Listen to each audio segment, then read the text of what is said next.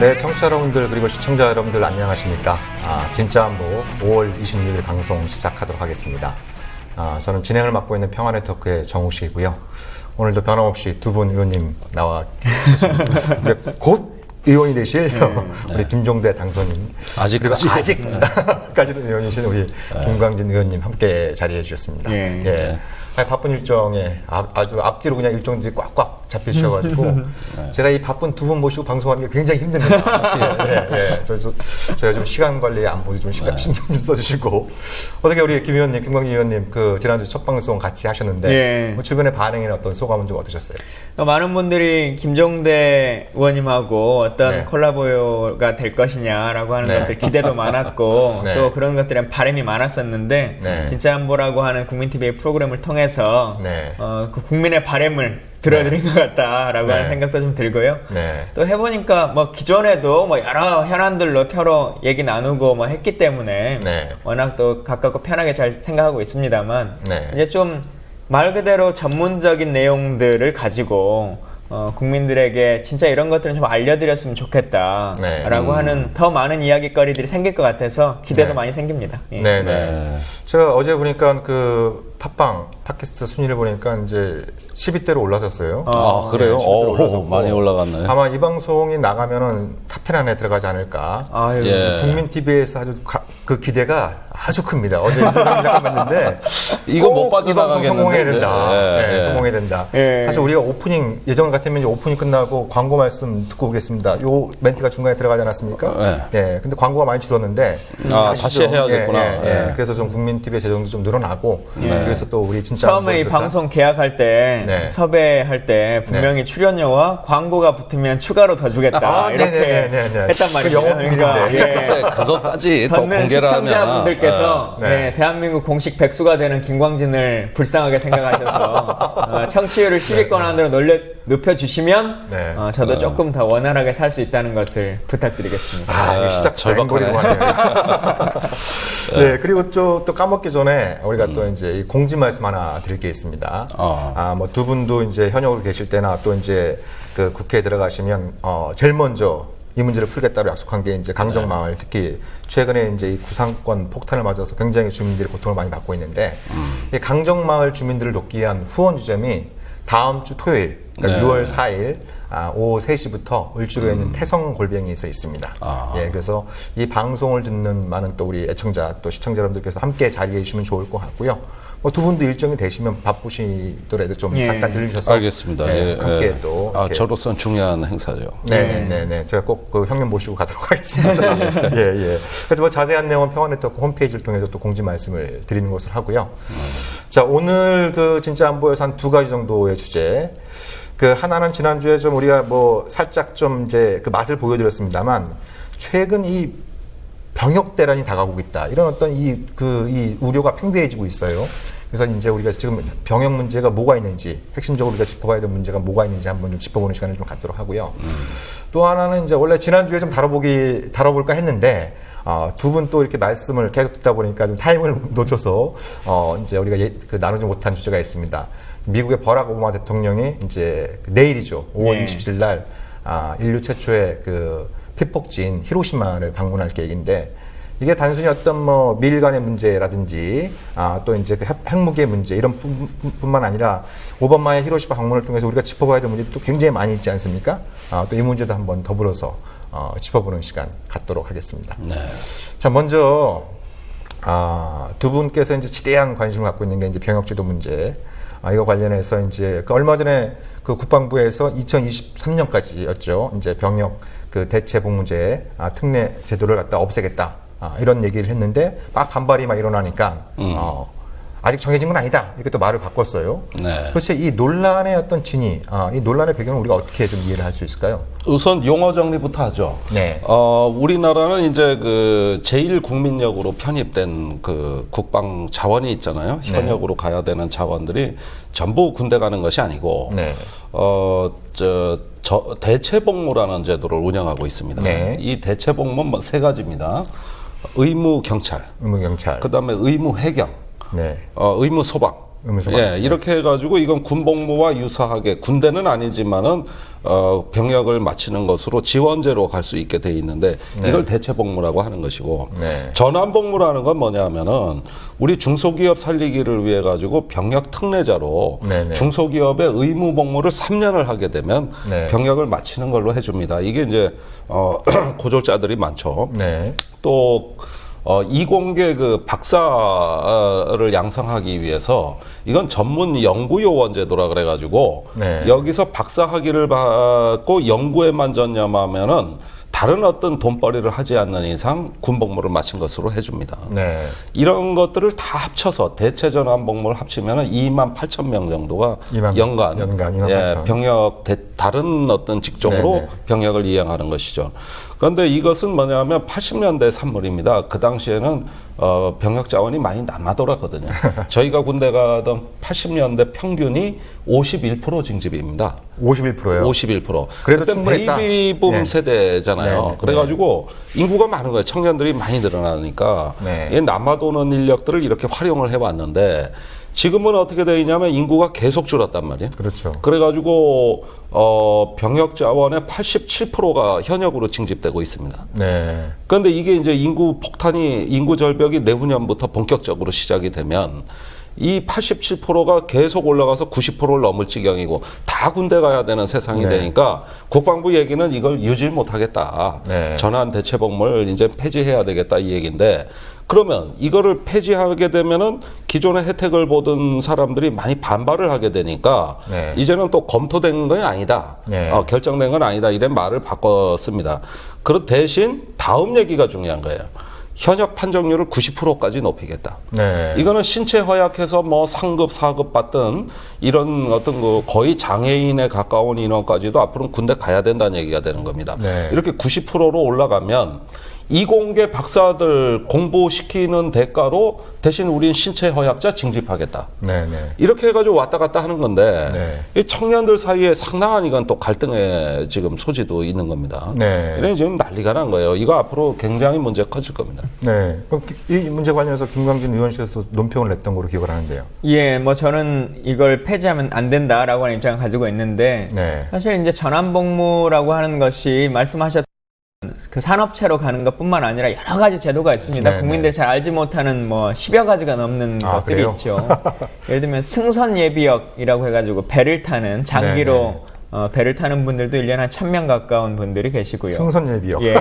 그리고 수의사로 복무하시는 분들도 있습니다. 수의사요? 농림부 소속으로 돼가지고 또 외교부 소속으로 돼서 코이카 요원으로 가는 분들이 있는데 코이카 요원은 한 2년 전에 없어졌습니다. 코이카는 없어졌고. 근데 이 없어진 것도 참 보면 국방부의 행정행위라고 하는 것이 얼마나 주먹구구식이고 근거가 없는 것인가라고 하는 것을 코이카를 보면 딱 알게 되거든요.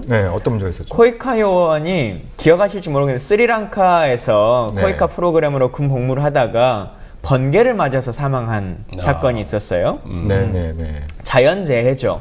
뭐 거기서 뭐 치안에 문제가 발생한 거나 뭐 그런 것도 아니고.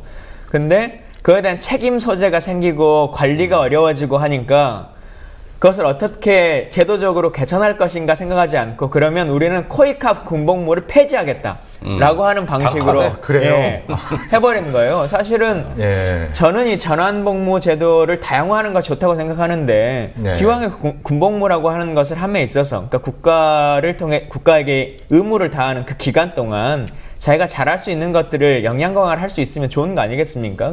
해외에 나가서 코이카 프로그램 할 수 있는 거 참 좋은 프로그램이죠. 근데 관리가 어려워질지 모르겠다라고 하는 우려, 자연재해로 사망한 어떤 사건이 벌어지니까 그냥 그 제도 자체를 폐지해버리는 그러니까 뭐 해경 해체 이런 거랑 거의 비슷한 상황이죠. 굉장히 즉흥적인 대응이에요. 근데 그런 방식으로 하는 것들도 있고 또 광산에서 요즘 광산 자체가 많이 없어져서 실효적으로 없긴 합니다만 법적으로는 아직도 존재합니다. 광산에서 근무하는 채굴 요원들 이런 분들도 할 수 있는 게 있고요.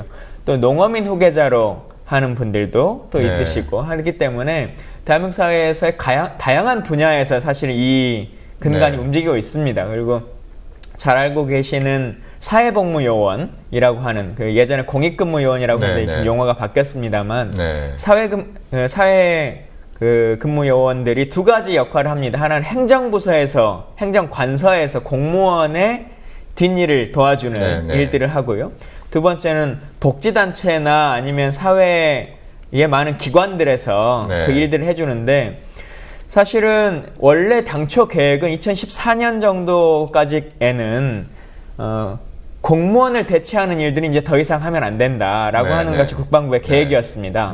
그래서 값싼 노동력으로 공무원을 대체하지 말고 필요하다면 정식으로 공무원을 채용해라.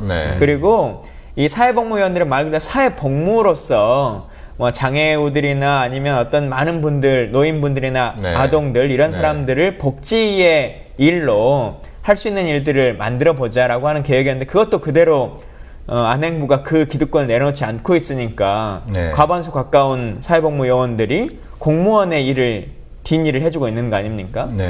원래 사회복무요원과 병특이라고 하는 것 자체가 2014년도, 15년도에 아예 폐지하자라고 하는 것이 당초 계획이었을 겁니다. 역대 정부가 다 폐지한다고 그랬었어요. 그러다가 연장하고 한 번도 폐지되지 않고 계속 연장이 되고 있는데, 아마 이제 이 최근에 국방부의 발표도 마찬가지의 일환인 것 같습니다. 국방부 입장에서는 소위 말하는 대군주의, 이 병력은 그대로 유지하고 싶은 상황이고, 현실적으로 인구 절벽이라고 하는 것은 다가올 수밖에 없는 것이고, 그러니 일단 여론을 한번 좀 떠보자라고 하는 생각을 갖게 되는 거죠. 그래서 발표해보고 반응이 그렇게 나쁘지 않으면 밀어붙이고, 또 뭐라고 사람들이 하면 또 잠깐 뒤로 물러나서 주춤하고, 그러다가 한두 개의 건들만 또 줄여나가는 이런 일들 반복할 것 같은데요. 기본적으로는 이 대군주의에 대한 고민을 같이 이제 더 나눠보셔야 될 것 같고, 다만 이것도 있어요. 사실 지금 병역대란이라고 얘기를 하는데, 지금 이 시기의 병역대란 이것과 전혀 다른 병역대란이죠. 지금 군대를 가고 싶어하는 사람들이 엄청나게 많은데, 그러니까요. 10수, 20수 막 해가지고 가는 거 아닙니까? 가고 싶다고 막 얘기하는데, 국방에 있어 보면 정말 막 많이 오는 민원 중에 하나가 빨리 군대를 좀 가게 해주라 라고 하는 민원이에요. 근데 이 인구 추세라고 하는 것들을 뻔히 알고 있는 상황이었음에도 불구하고 사람들이 몰려 있을 때, 그리고 인구가 줄어들 때 어떻게 할 것인지에 대한 중장기 계획이 실제로 없는 거거든요. 그냥 단기 처방적으로 밀어붙여서 하고, 그래서 작년에 예산에서 몇 명 정도를 더 받을 수 있는 그냥 예산을 밀어주는 거 아닙니까? 그러면 그렇게 또 병력 규모나 아니면 시설들을 그렇게 늘려놓고 또 2, 3년 지나면 인구가 줄어서 사용할 수 없다, 또 이런 얘기를 반복해서 하는 거거든요. 그렇죠. 60년이 넘도록 군을 운영하고 유지하는 이 상황에서 이렇게 주먹구구식으로까지 계속 운영할 수밖에 없는 것인가 라고 하는 심각한 고민이 있습니다. 계속 개혁을 이제 회피해 나가기 위한 어떤 머리만 굴리다 보니까 그렇게 됐는데, 이것은 이해를 돕기 위해서 조금 설명을 드리자면, 우리가 20년 전에 그 사회 변동이 지금 효과로 나타나는 거거든요. 그러니까 IMF 때까지 보면은, IMF는 1997년입니다. 그 직전까지 계속 인구가 늘어나요. 출생률이 묘하게 늘어나는데, 그게 지금 병역 대기자들의 원인이 된 이 병목 현상의 실체입니다. 근데 그 IMF를 경과하면서 이듬해부터 보면은 갑자기 출생률이 떨어집니다. 그게 이제 내후년부터 닥칠 인구 절벽의 실체입니다. 2016년 현재 21세 남자가 우리나라에 36만 명이에요. 36만 명인데, 2022년이 되면은 이게 25만 명으로 11만 명이 줄어듭니다. 그러니까 3분의 1이 인구가 줄어드는 거니까 엄청난 변화거든요. 이게 2025년이 가면 어떻게 되냐면은 이제는 군이 본인들이 표방한 52만으로 강군하겠다고 하는 그것을 개혁해도 이제는 그걸 채울 수 있는 인구가 절대 부족입니다. 2025년이 되면. 이때는 25만보다 더 내려가니까 우리가 한 해에 50만 군을 유지하려면은 24만 명 정도의 입대 자원을 확보하고 있어야 됩니다. 그래야 이제 뭐 현행 복무 기간을 유지한다는 전제로. 24만 명을 유지하고 있어야 되는데, 이제는 20만 명 선이 위태로워질 거예요. 거의 뭐 22만 명, 3만 명 수준이 될 겁니다. 그러면은 군대를 지금 계획대로 줄여도 그걸 충족할 인구가 없다는 얘기고, 그런데 군대를 줄이는 것은 말은 하겠다고 하는데 지금 국방부는 줄이는 어떤 가시적 조치가 없어요. 네. 지금 현재 62만 5천 명 정도 되는데 그중에 44만 명이 병사입니다. 네. 그러니까 이 정도 되려면은 매년 24호만에 입대 자원을 확보하고 있어야 그렇죠. 되는 거거든요. 네. 근데 이렇게 이제 그 25만으로 2022년에 준다 이러면은 국방부는 사실 지금 비상사태인 거예요. 이게 뭐 비상사태나 어떤 그 위기의식이나 문제의식이 전혀 안 느껴진다라고 하는 문제가 전혀 없죠. 뭐냐면 명확하게 이걸 보면 됩니다. 그런 것들을 고민해서 국방개혁 2020이라고 하는 걸 참여정부에서 만든 거 아니겠습니까? 네. 병력 감축도 52만으로 하고 또 우리가 모병제라고 하는 얘기들을 많이 하고 있습니다만 모병제로 바로 전환이 불가능하기 때문에 점진적으로 40% 정도를 군 간부로 채우자라고 하는 건 국방개혁 2020의 모체인데 이것을 박근혜 정부 들어서 2030으로 바꿔버린 거 아닙니까? 30으로 바꿔. 예, 당장 2023년부터 인구가 줄어서 3분의 1이 입대를 못한다라고 하는 얘기를 하고 있으면서 자기 스스로 얘기하고 있으면서도 이 개혁의 시점을 2030으로 바꿔버린 거거든요. 네. 그러니까 사실은 의미가 없는 얘기들을 계속 하고 있는 거죠. 그러면서 이제 진짜 하고 싶은 얘기는 뭐냐면은 다시 군복무 기간 늘리자는 얘기 나올 거예요. 그러겠죠. 네, 그런데 자 보십시오. 이게 지금 우리나라 청년들의 사회 진출 연령이 서유럽에 비해서 물경 8년이 늦고 또 정년이 짧은 나라입니다, 한국이. 그런데 이제 초고령 사회에 진입되면은 부양 받아야 될 사람들은 많은데 부양해야 될 경제 활동 인구가 지금 줄어들고 있단 말이에요. 이 극심한 불균형 속에서 성장 동력을 하루라도 더, 한 개라도 더 확보하려면 지금 학제 개편하고 군복무 기간 단축해서 청년들을 빨리 사회로 내보내야 되는 겁니다. 그렇죠. 너무 늦어요, 이게. 그래가지고 경제 활동을 할 수 있고 취업 준비를 할 수 있고 생산적인 데 투입할 수 있도록 우리 해야 되는데 지금 학교, 군대, 취업되기까지 해가지고 우리나라 청년들 사회 진출하는 연령이 30대입니다. 30대 이러다가는 누가 일할 겁니까? 그러다 보면 경제가 완전히 무너지게 돼 있다고. 그러지 않아도 인구 구조가 불균형한데 이렇게 청년들을 오랫도록 꿀린다? 이건 말이 안 되는 거예요. 그러면 복무기간 연장은 전 불가능하다고 봅니다. 누가 먹여 살릴 겁니까? 이거 불가능한 거거든요. 그렇다면은 남는 거는 지금 김 의원님 말씀하신 대로 이게 어제 오늘 얘기가 아니라 뭐 10년 전, 20년 전부터 다 예견된 얘기인데 그렇다면은 이걸 대비해서 만든 게 역대 정부의 국방개혁이에요. 그리고 김대중 정부는 2015년까지 50만으로 강군하고 그 이후에는 40만 강군을 한다 그랬어요. 지금 40만에 개혁을 할 때거든. 근데 이거 뭐 노무현 정부 때 5년 연기돼 가지고 2020이 됐어요. 근데 거기서 그러다 이게 지금 박근혜 정부에 와서 없어진 거야. 또 10년. 그러니까 참여정부 국방개혁 2020이 나온 게 임기 초반이 아니라 임기 후반이었어요. 막바지 때 나와서 그게 상당히 실현 가능성이 있냐에 대한 논란도 당시에 있었던 기억이 있지만 아무튼 이명박 정부를 바꾸고 또 박근혜 정부 들어서 이제 그게 이제 흐지부지 된 상황은 우리가 이제 이해를 할 수 있는데 왜 그 국민의 정부 김대중 정부 때 수립된 국방개혁 2015 50만으로의 강군 계획이 참여정부 때 왜 늦춰진 건지 이 부분도 좀 이제 말씀을 드리면서 궁금해지는데. 아니 그때 병력을 감축하겠다 그랬는데 우선은 육군은 이걸 못마땅해 했죠. 그래서 한미 연합사령관을 내세워가지고 시기상조라는 것을 자기들의 얘기가 아니라 큰형님을 불러와서 그리고 저기 주한미군은 아시다시피 한국군 병력 감축에 항상 반대예요. 주한미군은 주로 지상군 위주로 돼 있고 우리 육군하고 잘 유착돼 있는 세력들입니다. 여기는 통일 이후까지도 뭐 북한 안정화에 필요한 병력 이런 문제를 자꾸 제기하면서 그 한국군의 어떤 지상군의 이익과 상당히 일치하는 어떤 병력 감축 반대 논리를 지금까지 제기해 왔습니다. 그렇죠. 지금도 마찬가지예요. 그러다 보니까 여기에서 이제 그 마지막에 그 김대중 대통령 당시에 조성태 국방장관이 하도 미군 쪽에서 이의를 제기하고 또 본인 재임 기간에 귀찮잖아. 이거 계속하기에. 그래서 군 개혁은 군 정보화가 완료된 이후로 연기한다. 그러니까 즉 C4I가 되고 지휘 통제가 돼야 병력 감축한 것도 가능하다. 이런 논리를 들이대가지고 이게 무너져 버린 겁니다. 완전히 무너졌어요. 그걸 노무현 정부에서 다시 시작을 한 것이죠. 그러니까 그때 이제 많이 얘기했던 게 이른바 북한 급변사태 대비론. 그러니까 이게 참 이게 짜고 치는 고스톱이라 느꼈던 게 이제 미국의 연구자들, 뭐 랜드 연구소들, 뭐 이제 다른 싱크탱크들의 이제 한반도 이 국방 문제에 관련된 연구자들이 북한 급변사태 발생 시 안정화 작전에 최소 50만 명이 필요하다. 예, 그렇기 때문에 한국군 감축은 안 된다.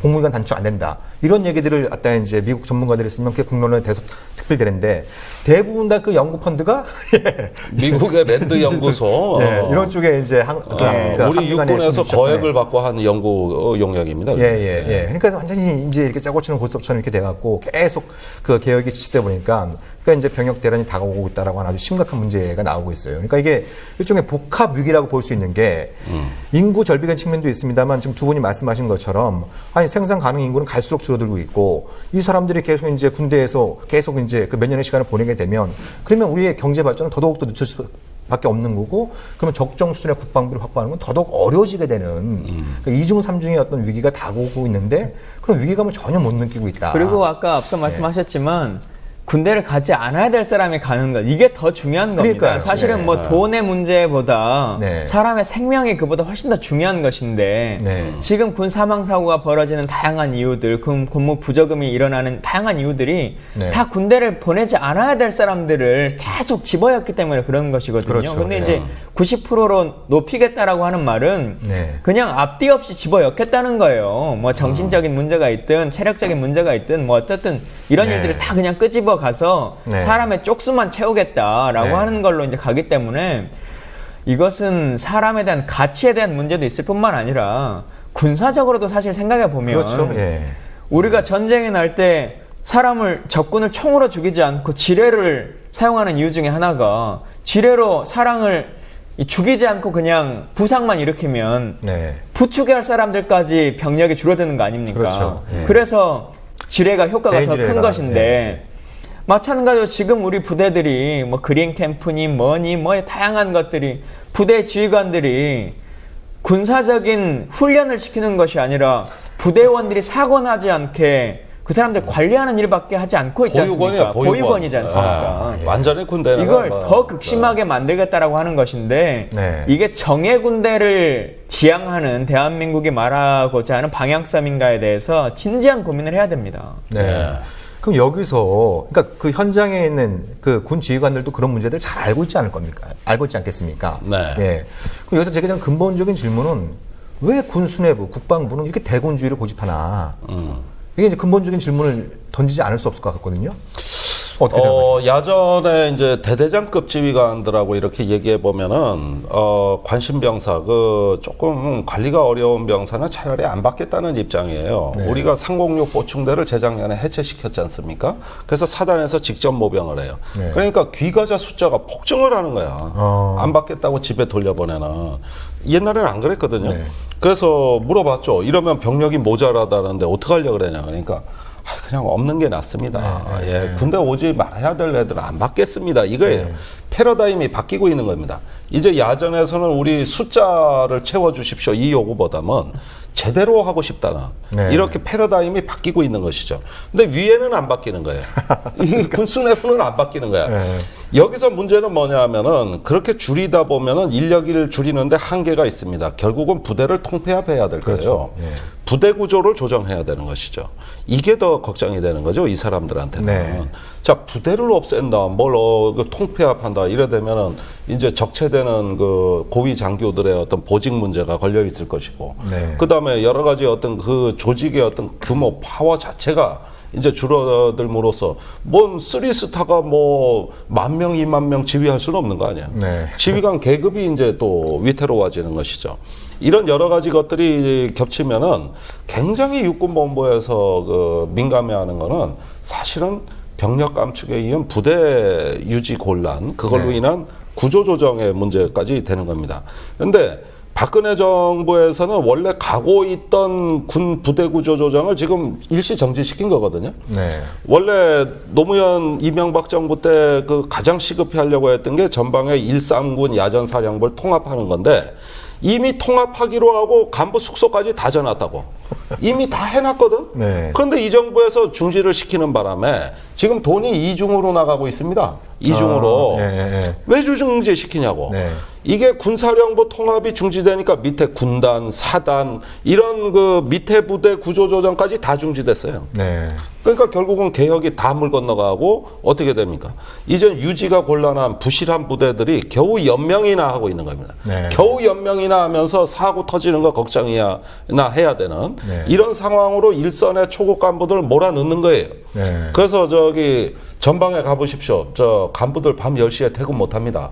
걱정이 돼서 어떻게 퇴근합니까? 애들만 놔두고. 예. 뭔 사고가 일어날지 알아. 그래가지고 네. 하루에 15시간 근무해. 네.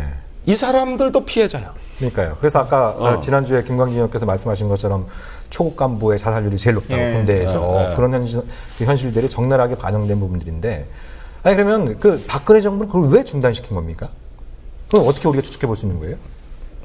일단은 모든 개혁에는 저항 세력이 있게 마련인데 네. 이 정부의 그 국가 안보를 전략가들이 하는 게 아니라 이데올로그들이 하기 때문입니다. 네. 그러니까 국가 안보, 애국심, 군 복무 이런 걸 통한 국민들의 어떤 단결과 뭐 통제 이런 것들이 하나의 이데올로기화되면서 있는 사실을 있는 그대로 볼 수 있는 어떤 눈과 귀를 점점 상실한 것이죠. 네. 점점 이게 눈이 시야가 흐려지면서 분별력이 없어진 거예요. 그러다 보니까 많이 입영시켜서 대군을 유지하고 현상을 유지하는 게 국가 안보라고 착각하는 네. 이런 어떤 그 이데올로기가 이 국방을 지배하기 시작을 한 것이죠. 네. 그러나 군사적 양심 전문가고 전문가의 양심이 있다면 이대로 놔둬서 안 된다는 건 잘 아는 거거든요. 그러니까요. 군 내부에서 더 잘 알아요. 우리보다도. 네. 그런 것들을 알면서도 이것을 방치하는 데는 어떤 이데올로기가 작동했고 네. 그것은 기득권의 다른 이름이다. 네. 그렇게 보는 거예요. 정말 외교안보라고 하는 것을 군사적 측면으로만 볼 수 있는 것이 아닌데 네. 이 정부는 기본적으로 청와대를 둘러싸고 있는 인해 장막이 전부 다 군 출신들이 하고 있는 거지 않습니까? 박근혜 성군 정치를 한 말이 나왔었죠. 네. 국가안보실장도 네. 국방장관 출신이 하시고 네. 경호실장도 육군참모총장 출신이 하시고 네. 안전행정부 장관도 사성장군 출신이 아예 가상하고. 육사 동문회를 차려 그냥. 심지어는 안행부는 장관은 사성장군에 차관은 삼성장군이고 뭐 그래요. 아 그래요? 맞아요. 이런 해군 육군. 해군 육군. 이게 과연 정상 안전행정부가 할 역할인가? 우리나라의 안전이라고 하는 것을 군만이 지키는 것이 아닌 것이거든요. 우리가 말하는 안전이라고 하는 것이. 근데 이 정부의 인식은 딱 거기까지에 머물러 있는 것이죠. 탈북자 지원센터도 군 장성이 갔어요. 아니 탈북자 생활 지원하는 게 군하고 무슨 관계가 있어? 통일부 출신이 아니라 군 장성이 그러다 갔다고. 보니 외교안보와 관련한 토론을 하거나 뭐 회의를 해도 군사적인 입장을 가지고 있는 사람들이 다 눌러버리는 거죠. 네. 계속 이런 일이 발생하고 아까 말씀하셨던 것 중에 이 부대 개편이 지연되고 있는 문제와 관련해서 네. 사실은 피해를 보는 사람들이 또 있습니다. 어떤 사람? 뭐냐면 이 부대장 입장에서나 아니면 본부 입장에서는 얼마 후에 여기는 부대 개편이 될 거니까 리모델링을 해주지 않지 않습니까? 네, 그치. 네. 예, 그러니까 그냥 살으라고 하는 거예요. 3년 후, 4년 후에 너희 어차피 네, 부대가 없어지니까. 네. 근데 없어지지도 않아. 실제로. 네. 그러니까 그냥 아예 차라리 없어지지 않는다고 했으면 1년 후에 리모델링을 할 부대인데 왜냐면 도저히 살기 어려운 부대들이거든요. 그 부대들이. 통폐합 대상자들이. 막상 진짜 전방부대에 가보면 이 곰팡이 쓰는 내무실부터 시작해서 어마어마하게 근데 왜 이건 안 고쳐요? 이 질문을 해보면 저희는 통폐합 대상 지역이어서 그렇습니다. 라고 얘기를 해요. 정말 네. 특히나 더 많은 것 중에 하나가 해안선 경계부대들 있지 않습니까? 네네. 국방부가 자기가 가지고 있는 것은 절대로 놓지 않겠다는 것이 강한 사람들이기 때문에 원래 법률에 2017년부터는 해안선의 경계는 해경이 하도록 되어 있습니다. 2017년부터요? 예, 2017년부터는. 네. 그렇게 전환해야 됩니다. 네. 근데 지금 그 전환 회의조차 진행하지 않고 있어요. 응? 그러면서 17년까지 어떻게 전환하겠어요? 아무런 해경을 늘려가지도 않고 있고 한데 그러다 보니까 원래 자기들의 법률적인 개념으로서는 2017년에 전환될 부대니까 해안선을 경계하는 많은 부대들에 대해서 초소나 소초들은 리모델링 사업을 해주지 않습니다. 예산을 투입하지 않아요. 왜냐하면 그렇게 돼 있으니까. 만들어 놓고 나면은 쓰기는 해경이 쓸 거라는 생각을 갖고 있으니까요. 그러니 이 사람들은 정말 열악한 시설에 사는 거거든요.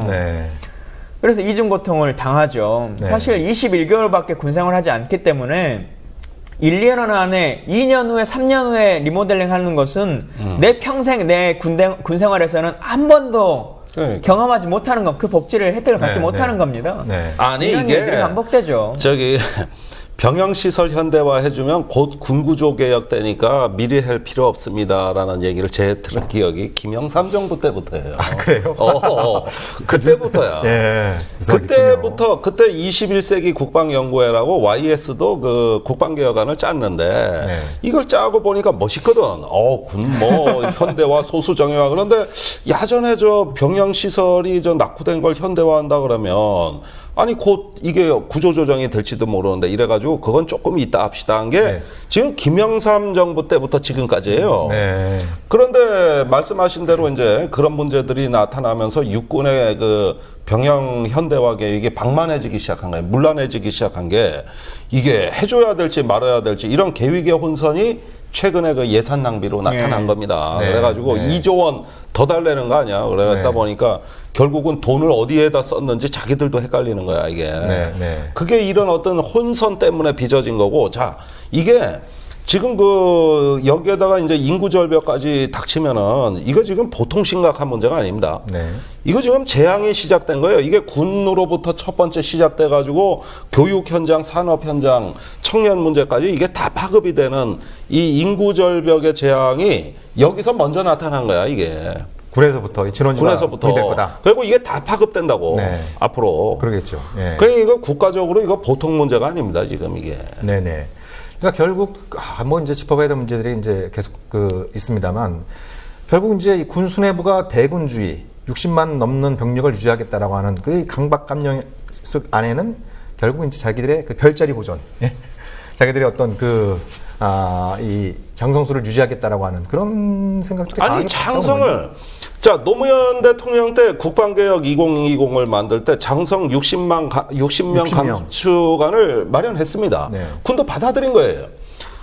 그런데 이걸 공개는 안 했지 우리가.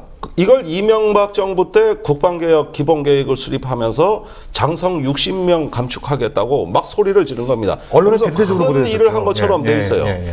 없어졌잖아 하고 지금 어디 갔냐고. 뭘 감축해. 그러니까 2011년인가요? 그 계획이 나왔던 게 그때쯤으로 기억을 하는데 그러니까 전시작전권 환수를 통해서 한 30명 정도의 군 장성수를 줄일 수 있고 그다음에 군 그 통폐합, 부대 개편 이런 걸 통해서 한 30명의 그 장성을 줄일 수 있고 그래서 합계 60명 정도를 갖다가 줄일 수 있다.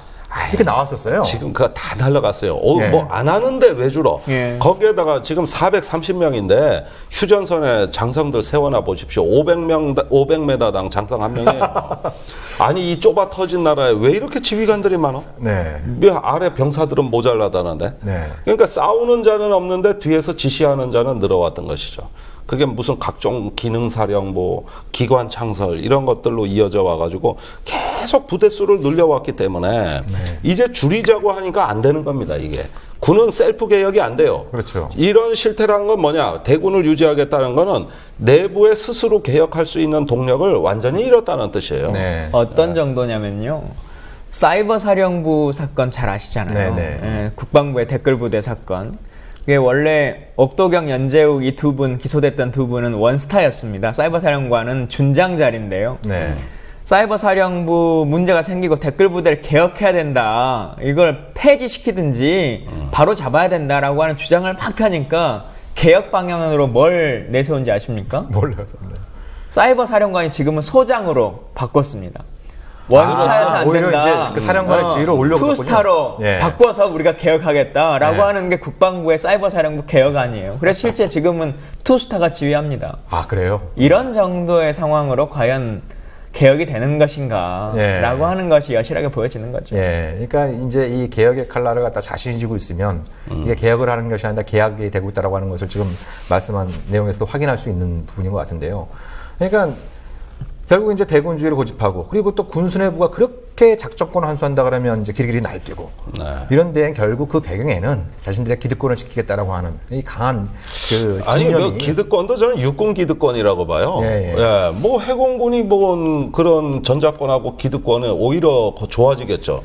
지금 어떤 우리 지상군 문화가 전시작전권을 우리가 전환해서 독자적인 작전을 해야 된다 그러면 아무래도 시급한 게 해공군이고 육군은 좀 우선순위가 떨어진다는 걸 잘 알아요. 그렇죠. 그러다 보니까 전자권을 전환하지 않는 지금 현행 지상군이 거의 뭐 모든 걸 독식하고 패권적으로 행사하는 이런 국방 운영 체제가 변하기 쉽지 않다는 이런 속마음이 전 있다고 봅니다. 해공군은 실제로 그 퍼센티지를 좀 맞춰놨습니다.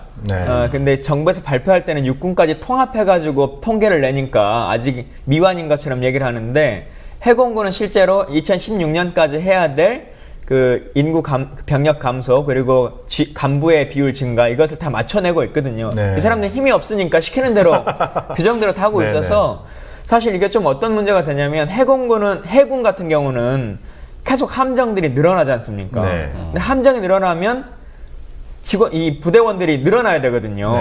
병사들이. 근데 병력 구조는 느리지 말라고 하지. 함정은 늘어나지. 하니까 배에 탈 사람이 없는 또 이제 이런 문제가 생겨요.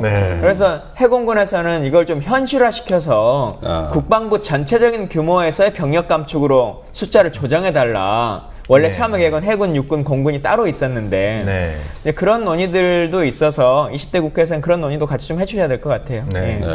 바로 그런 이유 때문에 이제 육방부라고 하는 어떻게 보면 굉장히 치욕스러운 이름인데 그게 아주 지금 대한민국 군대 현실, 기득권의 현실을 적나라하게 잘 보여주는 표현인 것 같아서 좀 씁쓸한 이런 생각도 드는데요. 그래서 어찌되었든 이제 뭐 이 병력 감축은 불가피한 현실이 되어오는데 안 하고 배기는가 보자. 이건 자연히 줄어들어. 갈 사람이 없는데 어떻게 늘어? 근데 뭐 아까 말씀하신 것처럼 또 이제 복무기간을 늘리겠다 뭐 이런 얘기들이 또 나올 수도 있는 건데 아무튼 근데 또 이제 이 많은 국민들이 생각하는 건 휴전선 너머에는 120만 대군이지 않냐. 우리의 더블인데 그럼 우리가 어떻게 했었는지 50만이 됐던 60만이 됐던 건 대군을 유지해야 되는 거 아니냐 이런 이제 생각들 하는 분들이 많이 계시고 실제로 뭐 또 국방에서 그런 논리들을 국방부 장관이나 군에 있는 분들이 많이 또 제시를 할 거 아닙니까?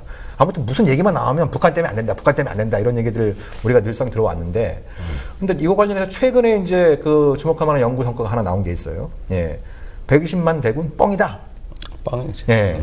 적게는 50만, 많아봐야 70만이다. 이런 어떤 이제 그 연구 어디서 나왔습니까?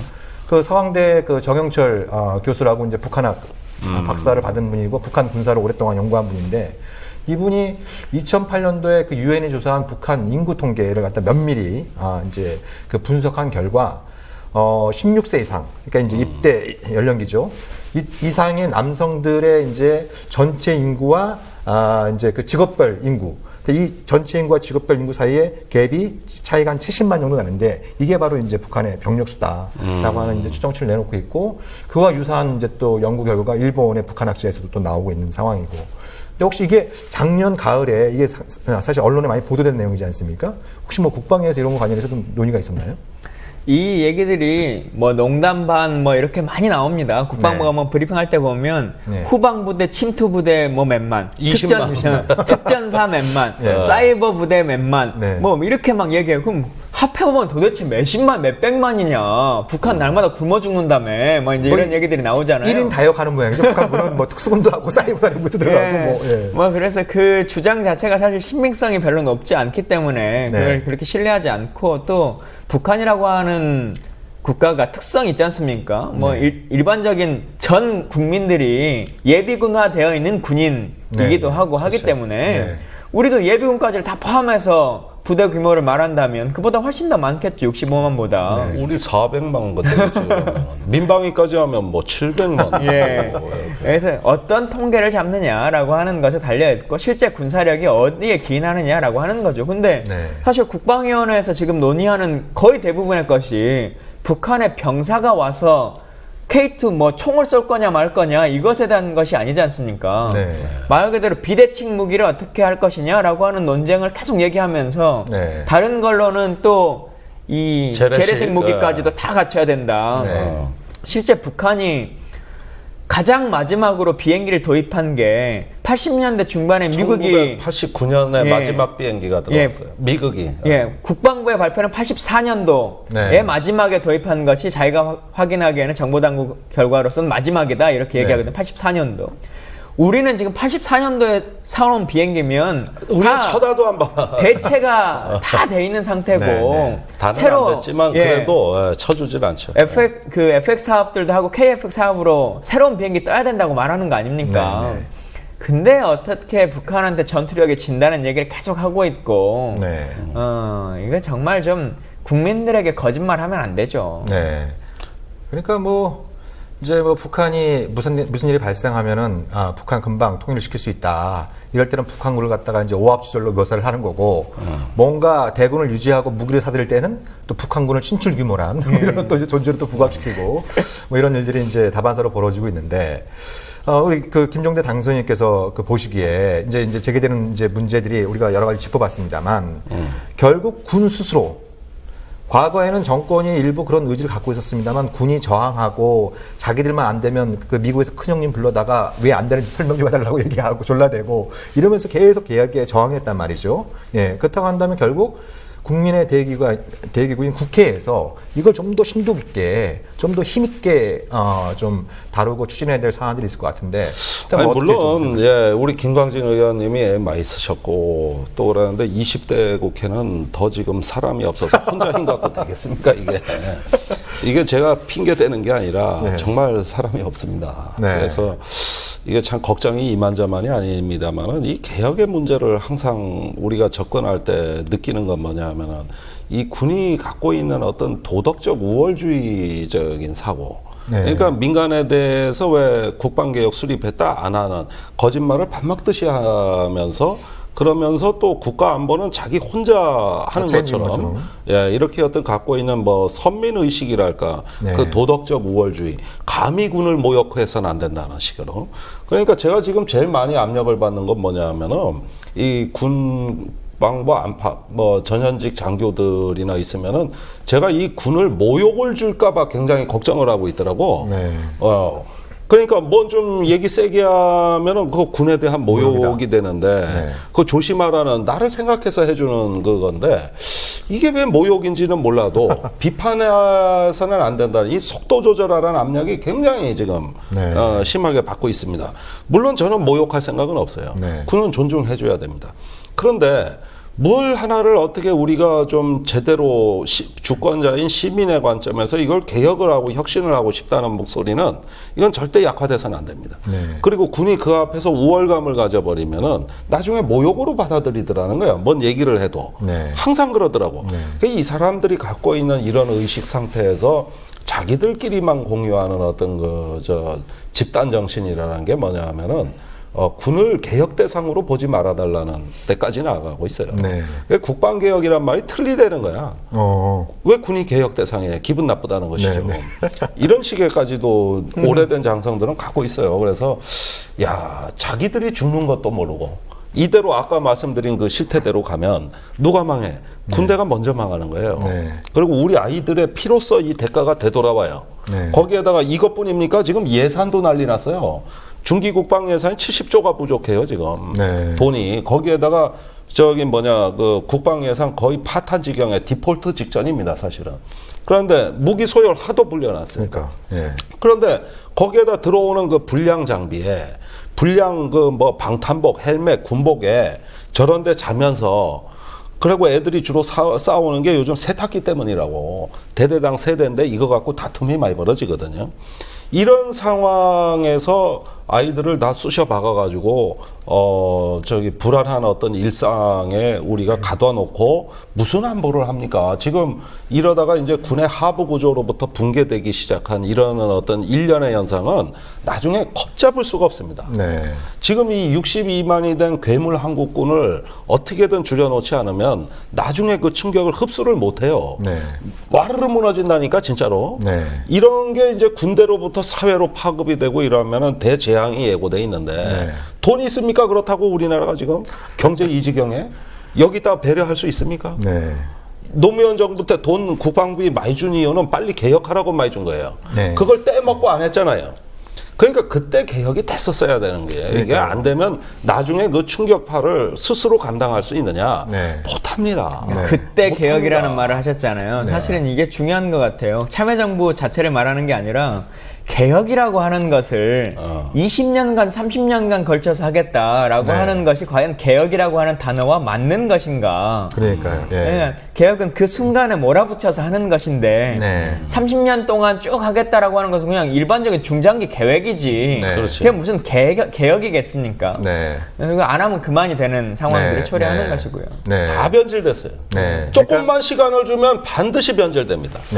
앞으로는 정광석화처럼 해야 돼. 이거 약간만 텀을 주면 귀신같이 그런 거 많이 보잖아요. 군 사법제도 개혁에 대한 것, 군 인권 개혁에 대한 것. 전부 다 여론 조금 줄어들고 윤일병 문제, 임병장 문제 조용해지니까 뭐 언제 그러냐는 듯이 완전히 180도 전환돼 버리지 않습니까? 그러니까 이 정권이나 또 국방부 차원에서 뭔가 개혁을 한다, 뭐 2020이든 2030이든 그럼 뭔가 개혁을 할 것 같은 이제 이미지를 국민들한테 심어주고 대신 시간이 지면 대부분 다 흐지부지 되고 있는 이런 현실에 대해서 두 분께서 이제 개탄의 말씀을 주셨는데 아무튼 뭐 우리 그 김종대 단장님께서 국방위에 들어가셔서 일당백의 역할을 하시려면 또 이 방송을 듣는 많은 분들이 또 이렇게 또 지지해주고 지원해주시고 이런 부분도 필요하고 또 김광진 의원께서 이제 연구소도 준비하고 계시니까 그런 4년간의 의정 활동이 또 이제 국회에 잘 서포트가 될 수 있는 이런 걸 바로 협치라고 하는 거예요. 그러니까요. 그렇죠. 이게 협치죠. 자, 우리가 1부를 좀 마쳐야 될 시간이 나왔는데요. 이제 1부 좀 마치고.